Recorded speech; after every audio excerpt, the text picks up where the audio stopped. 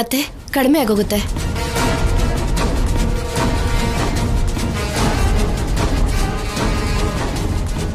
ನೀನೇ ಬೀಳ್ಸಿ ನೀನೇ ಕುಂಕುಮ ಹಚ್ಚಿ ಏನ್ ನಾಟಕ ಮಾಡ್ತಿದ್ಯೆ ಸೌತಿ ಅಕ್ಕ?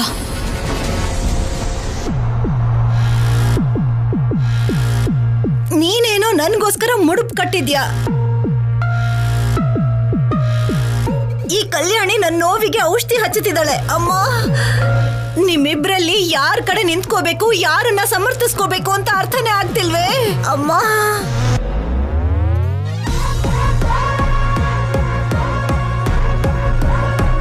ಇಬ್ರು ಆಗದೆ ಇರುವಾಗ ಯಾರನ್ನ ಸಮರ್ಥಿಸಿದ್ರು ಪ್ರಯೋಜನ ಏನಿದೆ?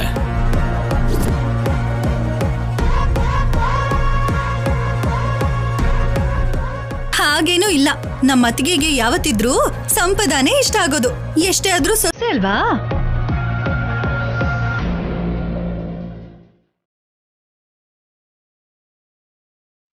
ನನ್ನ ಮಗಳು ಎಲ್ಲರನ್ನೂ ಪ್ರೀತಿಯಿಂದ ನೋಡ್ಕೋತಾಳೆ. ಆದ್ರೆ ಕಣ್ಣು ಮುಂದೆನೆ ಅವಳ ಜೀವನ ಹಾಳಾಗ್ತಾ ಇದ್ರೆ ಯಾರು ಏನೂ ಮಾಡೋಕ್ಕಾಗ್ತಾ ಇಲ್ಲ, ಯಾರು ಏನೂ ಮಾಡ್ತಾನೂ ಇಲ್ಲ.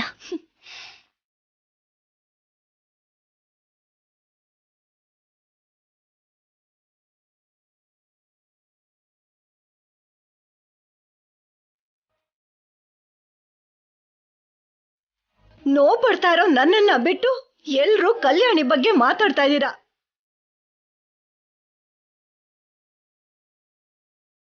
ನಿನ್ ಬಗ್ಗೆ ಏನೇ ಮಾತಾಡ್ಬೇಕು?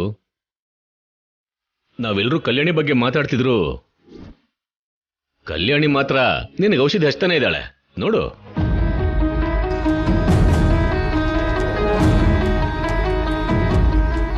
ನಾನು ಅಮ್ಮನವ್ರ ಹತ್ರ ಇರೋ ಕುಂಕುಮ ತಂದ್ಮೇಲೆ ಇನ್ ಮೆಡಿಸಿನ್ಸ್ ಏನ್ ಕೆಲ್ಸ ಇದೆ? ಐ ಕಲ್ಯಾಣಿ, ನೀನ್ ಎದ್ದೇಳು. ನಮ್ಮತ್ತೆನ ನಾನ್ ನೋಡ್ಕೋತೀನಿ.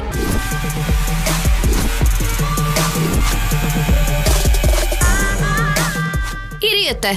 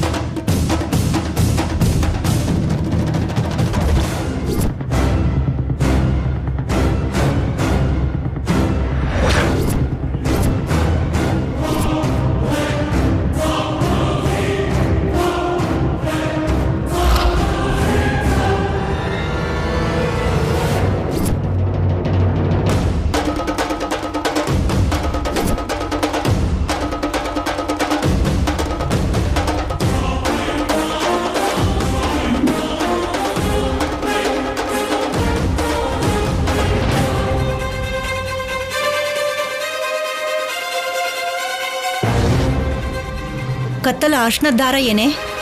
ಏನೋ ಇವಾಗ ಮದ್ವೆ ಆಗಿರೋ ಹಾಗೆ.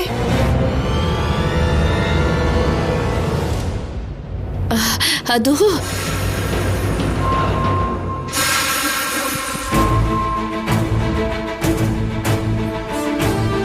ಏನ್ ಪಿಸ್ಗುಡ್ತಾ ಇದ್ಯಾ?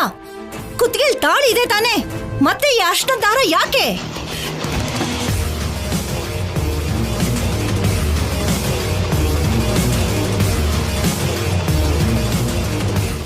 ಯಾಕೆ ಮಾತಾಡ್ತಿಲ್ಲ?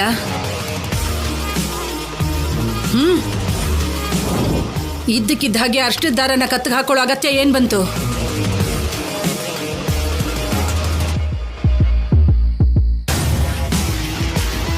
ಸಂಪದ ಹೇಳು, ಆ ತಾಳಿ ಏನು?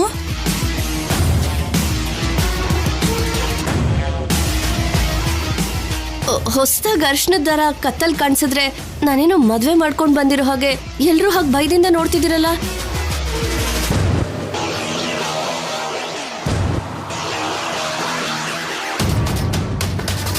ಕವರಿಂಗ್ ಮಾತುಗಳನ್ನ ಮಾತಾಡಿದ್ರೆ ಕಣ್ ಕಿತ್ತಾಕ್ಬಿಡ್ತೀನಿ. ಕೇಳಿರೋ ಪ್ರಶ್ನೆಗೆ ಉತ್ತರ ಕೊಡು. ನನ್ ಗಂಡನ್ಗೋಸ್ಕರನೇ ಅಲ್ವಾ ಕೋರ್ಟಲ್ಲಿ ಕೇಸ್ ಹಾಕಿ ಈ ಮನೆ ಸೊಸೆಯಾಗಿ ಬಂದಿದ್ದು. ಅದಕ್ಕೆ ಅಲ್ವಾ ನಿನಗೆ ಕೋರ್ಟ್ ಕೊಟ್ಟಿರೋ ಸೊಸೆ ಅನ್ನೋದು. ನೀವ್ ಯಾರು ಏನೇ ಅನ್ಕೊಂಡ್ರು ಶೌರ್ಯನೇ ನನ್ ಗಂಡ.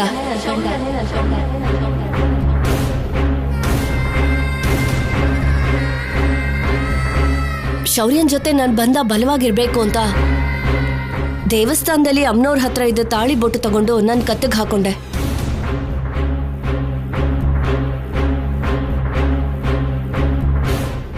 ಮತ್ತೆ ಹೋಗುವಾಗ ಕುತ್ತಿಗೆಯಲ್ಲಿ ತಾಳಿ ಇರ್ಲಿಲ್ವಲ್ಲ?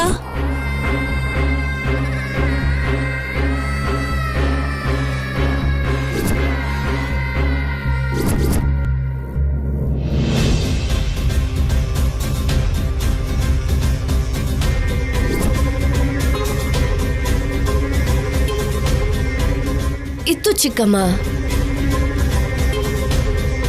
ಅವ್ರ ಹೆಂಡತಿಯಾಗಿರ್ಬೇಕು ಅಂತ ಆಸೆ ಪಡೋ ನಾನು ಅವ್ರು ಕಟ್ಟಿರೋ ತಾಳಿ ಇಲ್ದೇನೆ ಹೇಗಿರ್ತೀನಿ ಹೇಳಿ? ನೀವೇ ಸರಿಯಾಗಿ ನೋಡಿರಲ್ಲ.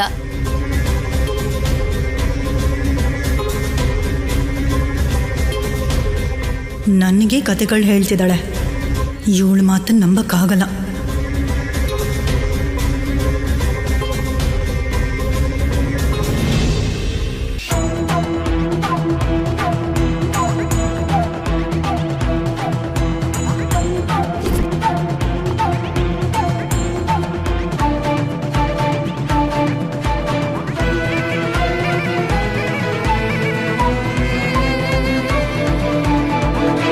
ಈ ಗಲಾಟೆಗೆ ದಮಯಂತಿ ಸೊಂಟದ ನೋವು ಕಡಿಮೆ ಆಗಿರೋ ಹಾಗಿದೆ. ಅಮ್ಮ ಕಲ್ಯಾಣಿ, ನಾವು ಮಾಡಿರೋ ಸೇವೆ ಸಾಕು, ನಡಿ ಅಮ್ಮ. ಇನ್ನೂ ಕಮ್ಮಿ ಆಗಿಲ್ಲ ಅಮ್ಮ, ನೋವು ಹಾಗೆ ಇದೆ.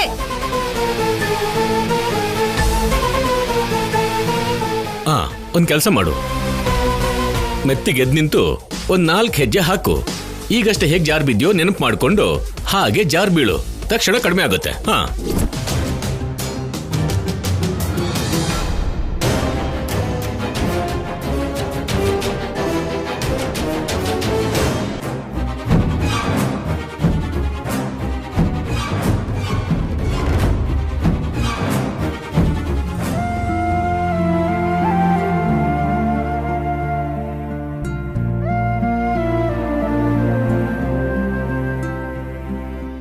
ಯಾಕೆ ಅನುಪಮ ಬೇಜಾರು ಮಾಡ್ಕೋತೀಯ? ಕಲ್ಯಾಣಿಗೆ ಯಾವ ತೊಂದರೆನೂ ಆಗಲ್ಲ. ನೀನಂದ ಹಾಗೆ ನಾವ್ಯಾರು ಯೋಚನೆ ಮಾಡಲಿಲ್ಲ ಅಂದ್ರೂ ಆ ದೇವ್ರು ಯೋಚನೆ ಮಾಡ್ತಾನೆ, ಖಂಡಿತ ನ್ಯಾಯ ಕೊಡಿಸ್ತಾನೆ. ನನ್ನ ಮೊಮ್ಮಗಳಿಗೆ ಆ ಸೌಭಾಗ್ಯ ಲಕ್ಷ್ಮಿ ಆಶೀರ್ವಾದ ಯಾವಾಗ್ಲೂ ಇರುತ್ತೆ. ನೀನ್ ಹೀಗೆ ಬೇಜಾರು ಮಾಡ್ಕೊಂಡ್ರೆ ಕಲ್ಯಾಣಿನೂ ಬೇಜಾರು ಮಾಡ್ಕೋತಾಳೆ.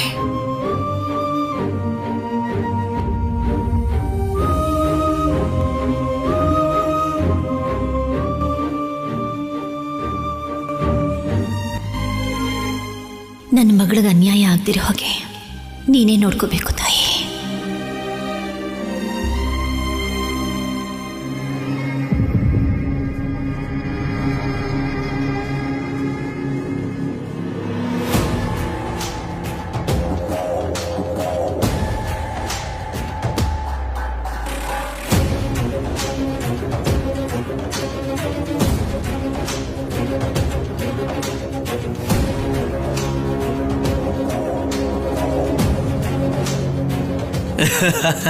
ಅಮ್ಮ, ಏಯ್ ಬಿಡೋ ನನ್ನ. ಏನೋ ಇದು, ರೋಡಲ್ಲಿ ಡ್ಯಾನ್ಸ್ ಮಾಡ್ಕೊಂಡು ತಿರ್ಗೋರ್ತಾರ? ನನಗೆ ಮದುವೆ ಆಯ್ತಮ್ಮ. ನೀನೇ ಹೇಳ್ದೆ ಅಲ್ವಾ ಮಾಡ್ಕೋ ಅಂತ. ಏನು ಮದುವೆ ಆಯ್ತಾ? ಯಾರ ಜೊತೆನೋ? ಇನ್ಯಾರ ಜೊತೆ ಅಮ್ಮ? ಸಂಪದ ಜೊತೆನೆ.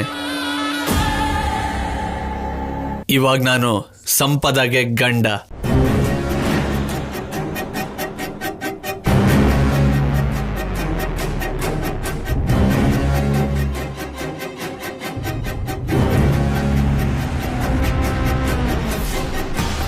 ಏನಾಯ್ತಮ್ಮ? ಏನು ಇಲ್ಲ ಬಿಡು. ಎಲ್ಲಾದ್ರೂ ಏಟ್ ಬಿದ್ದು ತಲೆ ಕೆಟ್ಟಿದ್ಯೇನೋ ಅಂತ ನೋಡ್ತಿದ್ದೀನಿ. ನಿಜ ಹೇಳಿದ್ರು ನಮ್ಮಲ್ಲ ಅಲ್ವಾ ನೀನು? ಬೆಳಿಗ್ಗೆ ಅನ್ಕೊಂಡ್ವಿ, ಅಷ್ಟರಲ್ಲೇ ಮದ್ವೆ ಆಗೋಯ್ತಾ? ಹೇಳಿದ್ದೆ ಅಲ್ವಾ ಅಮ್ಮ, ಸಿನಿಮಾ ಆಫೀಸ್ಗೆ ಹೋಗೋ ಅಷ್ಟರಲ್ಲಿ ಮದುವೆ ಮಾಡ್ಕೋತೀನಿ ಅಂತ.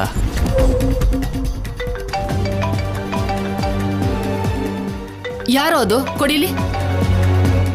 ಹಲೋ ಹಲೋ ಅತ್ತೆ, ಸ್ವಲ್ಪ ಸಿದ್ದುಗ್ ಫೋನ್ ಕೊಡಿ. ಫೋನ್ ಆಮೇಲೆ ಕೊಡ್ತೀನಿ, ಮೊದಲು ನಿಮ್ ಕತೆ ಏನು ಅಂತ ಹೇಳಿ. ಬಂದಾಗಿಂದ ಇವನು ಓ ಅಂತ ಡ್ಯಾನ್ಸ್ ಮಾಡ್ತಾ ಇದ್ದಾನೆ, ಮದ್ವೆ ಆಯ್ತು ಅಂತ ಹೇಳ್ತಿದ್ದಾನೆ. ಹೌದತ್ತೆ, ದಾರಿಲ್ ಹೋಗೋರು ಯಾರೋ ಬಂದು ಬಲವಂತವಾಗಿ ನನ್ನ ಕತ್ತಕ್ಕೆ ತಾಳಿ ಕಟ್ಸಿದ್ರು. ದಾರಿಲ್ ಹೋಗೋರು ಬಂದು ನಿಮ್ ಮದ್ವೆ ಮಾಡಿಸಿದ್ರು ಅಂದ್ರೆ ಏನು? ಅವ್ರದೊಂದು ಗುಂಪಿದೆ ಬಿಡಿ. ಅವ್ರು ಬಂದು ನಾವಿಬ್ರು ಏನೋ ಮಾತಾಡ್ಕೊಳ್ತಿದ್ರೆ ತಾಳಿ ಕಟ್ತೀಯಾ ಇಲ್ವಾ ಅಂತ ಮದ್ವೆ ಮಾಡಿಸ್ಬಿಟ್ರು. ನೆನ್ನೆ ಕೂಡ ಹಾಗೆ ನಡೀತು, ಆದ್ರೆ ನೆನ್ನೆ ತಪ್ಪಿಸ್ಕೊಂಡ್ಬಿಟ್ವಿ. ಇವತ್ತು ತಪ್ಪಿಸ್ಕೊಳಕ್ಕಾಗ್ಲಿಲ್ಲ.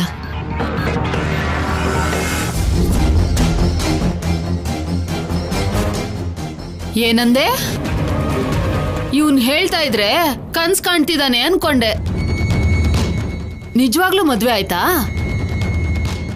ನಿಜ ಅತ್ತೆ. ಅತ್ತೆ, ತಕ್ಷಣ ಈ ವಿಷಯನ ನಿಮ್ಮ ಮಗಳಿಗೆ ಹೇಳ್ಬಿಡ್ತೀರೇನೋ? ಹೇಳ್ಬೇಡಿ. ನಾನು ಹೀರೋಯಿನ್ ಆಗಿ ನನ್ನ ಮೊದಲನೇ ಸಿನಿಮಾ ರಿಲೀಸ್ ಆಗೋವರೆಗೂ ಈ ವಿಷಯ ಹೊರಗಡೆ ಯಾರಿಗೂ ಗೊತ್ತಾಗಬಾರ್ದು. ಯಾವ ವಿಷಯ?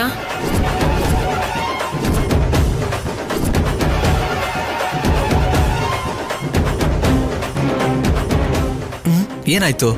ಕೇಳ್ತಿರೋದು ನಿನ್ನನ್ನೇ. ಯಾವ ವಿಷಯದ ಬಗ್ಗೆ ಗೊತ್ತಾಗಬಾರ್ದು ಅಂತ ಹೇಳ್ತಿದ್ಯಾ? ಅದು ನನ್ನ ಫ್ರೆಂಡು ಊರಲ್ಲಿ. ನೀನ್ ಹೇಳಲ್ಲ ಬಿಡು, ನಾನೇ ತಿಳ್ಕೊತೀನಿ. ಏ ಕಲ್ಯಾಣಿ,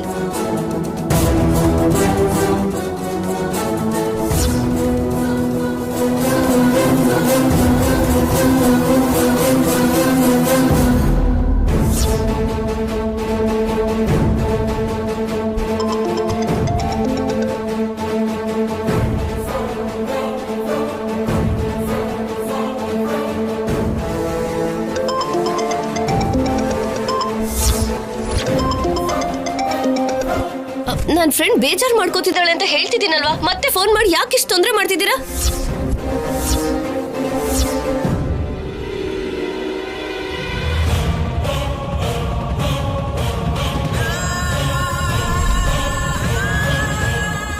ಹಲೋ ಹಲೋ ಸಂಪದ, ಯಾಕೆ ಮಾತಾಡ್ತಿಲ್ಲ?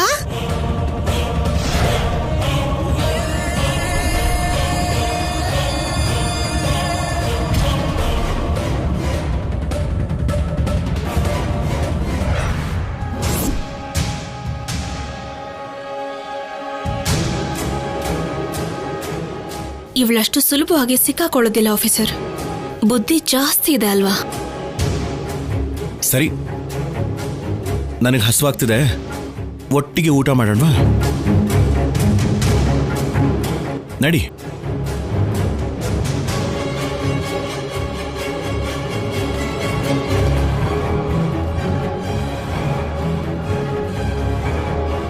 ಏನೋ ಮಾತಿನ ಹೊಸೆಗಂದ್ರೆ ಇಂಥ ಕೆಲಸ ಮಾಡಿದ್ಯಲ್ಲೋ. ಇರೋನು ಒಬ್ನೇ ಒಬ್ಬ ಮಗ, ನಿನ್ ಮದ್ವೆನ ನನ್ ಕಣ್ಣಾರೆ ನೋಡ್ದೆ ಇರೋ ಮಾಡ್ದ್ಯಲ್ಲೋ.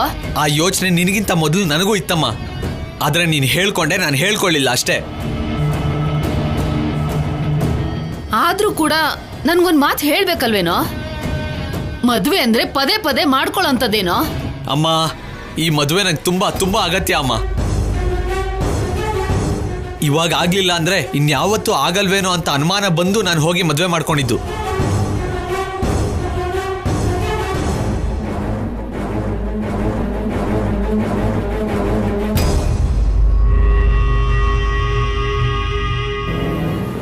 ಆಫೀಸರ್, ಸಂಪದ ಆ ಸಿದ್ದು ಜೊತೆನೆ ಮಾತಾಡಿದ್ದ ಅನ್ನಿಸ್ತಾ ಇದೆ. ಆ ನಂಬರ್ ನೆನಪಿದೆಯಾ?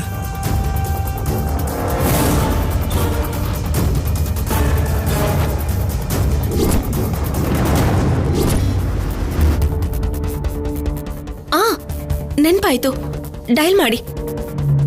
ಹೇಳು.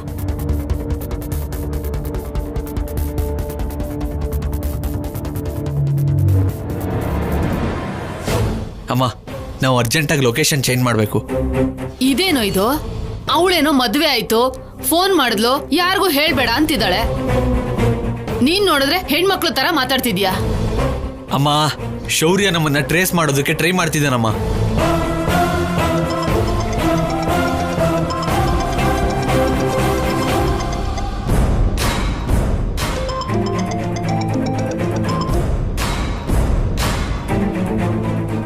ನೋಡು, ಇದು ಕೂಡ ಅವ್ರ ಕಡೆಯಿಂದಾನೆ ಬರ್ತಿರೋ ಕಾಲ್.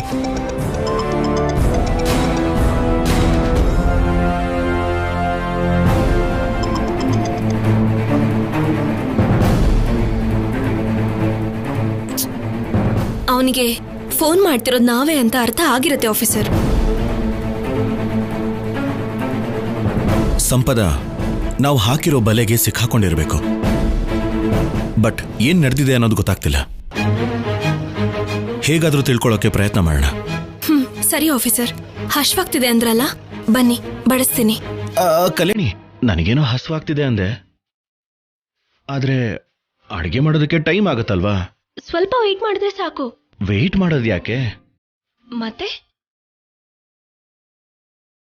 ನಿನ್ ಕೆನ್ನೆನೆ ಚಪಾತಿ ಅನ್ಕೊಂಡು ತಿಂದ್ರೆ ಸರಿ ಹೋಗುತ್ತೆ.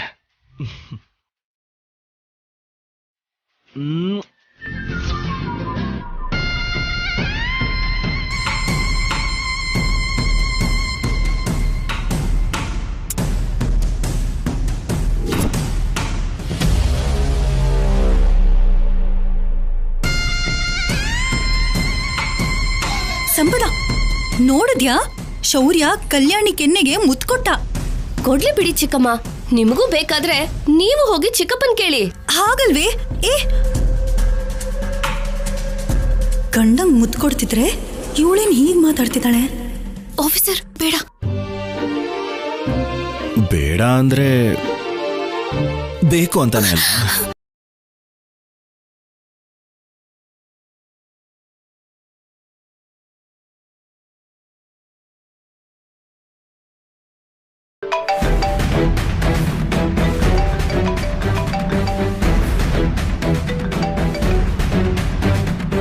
ಹಲೋ,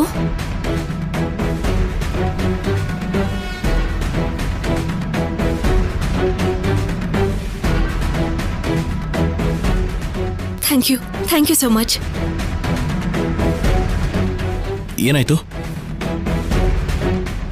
ನಾಳೆ ನಾವು ಸಂಪದಾಗೆ ಚೆಕ್ ಇಡ್ತೀವಿ ಆಫೀಸರ್.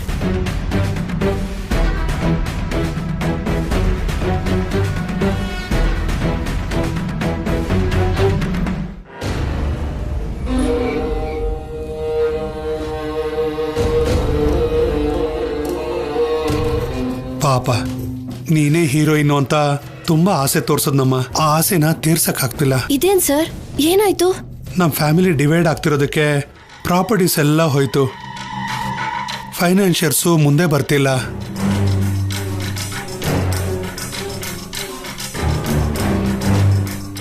ಆ ಕಡೆ ಡೈರೆಕ್ಟರ್ ಸಾರ್ಗೆ ಮಾತು ಕೊಟ್ಟಿದ್ದೀನಿ, ಈ ಕಡೆ ನಿನಗೂ ಮಾತು ಕೊಟ್ಟಿದ್ದೀನಿ.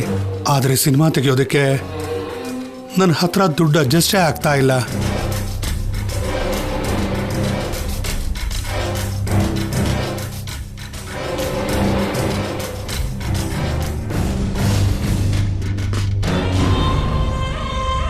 ಸಿದ್ದು ಜೊತೆ ನನಗೆ ಮದುವೆ ಆಗಿರೋ ವಿಷಯ ಯಾವುದೇ ಪರಿಸ್ಥಿತಿಲೂ ಬಯಲಾಗಬಾರ್ದು. ನಮ್ಮ ಮದುವೆ ವಿಷಯ ಬಯಲಾಗೋಕ್ಕೂ ಮುಂಚೆ ಈ ಆಸ್ತಿನ ಪೂರ್ತಿ ಕೈವಶ ಮಾಡ್ಕೋಬೇಕು. ಆ ಸಿನಿಮಾದಲ್ಲಿ ನಾನೇ ಹೀರೋಯಿನ್ ಆಗಬೇಕು. ನನ್ನ ಕೆರಿಯರ್ ಪೂರ್ತಿ ಬದಲಾಗಬೇಕು. ಅದಕ್ಕೋಸ್ಕರ ಬೇಗ ಯಾವುದೋ ಒಂದು ದಾರಿ ಹುಡುಕ್ಬೇಕು. ಆಸ್ತಿ ಬೇಕು ಅಂತ ಹೇಗೆ ಕೇಳಬೇಕು? ಸಡನ್ನಾಗಿ ಆಸ್ತಿ ಕೊಡು ಅಂದರೆ ಇವ್ರು ಮಾತ್ರ ಹೇಗೆ ಕೊಡ್ತಾರೆ? ಯಾರ ಮುಖಾಂತರ ಕೇಳಿದ್ರೆ ಈ ಆಸ್ತಿ ನನಗೆ ಸಿಗುತ್ತೆ?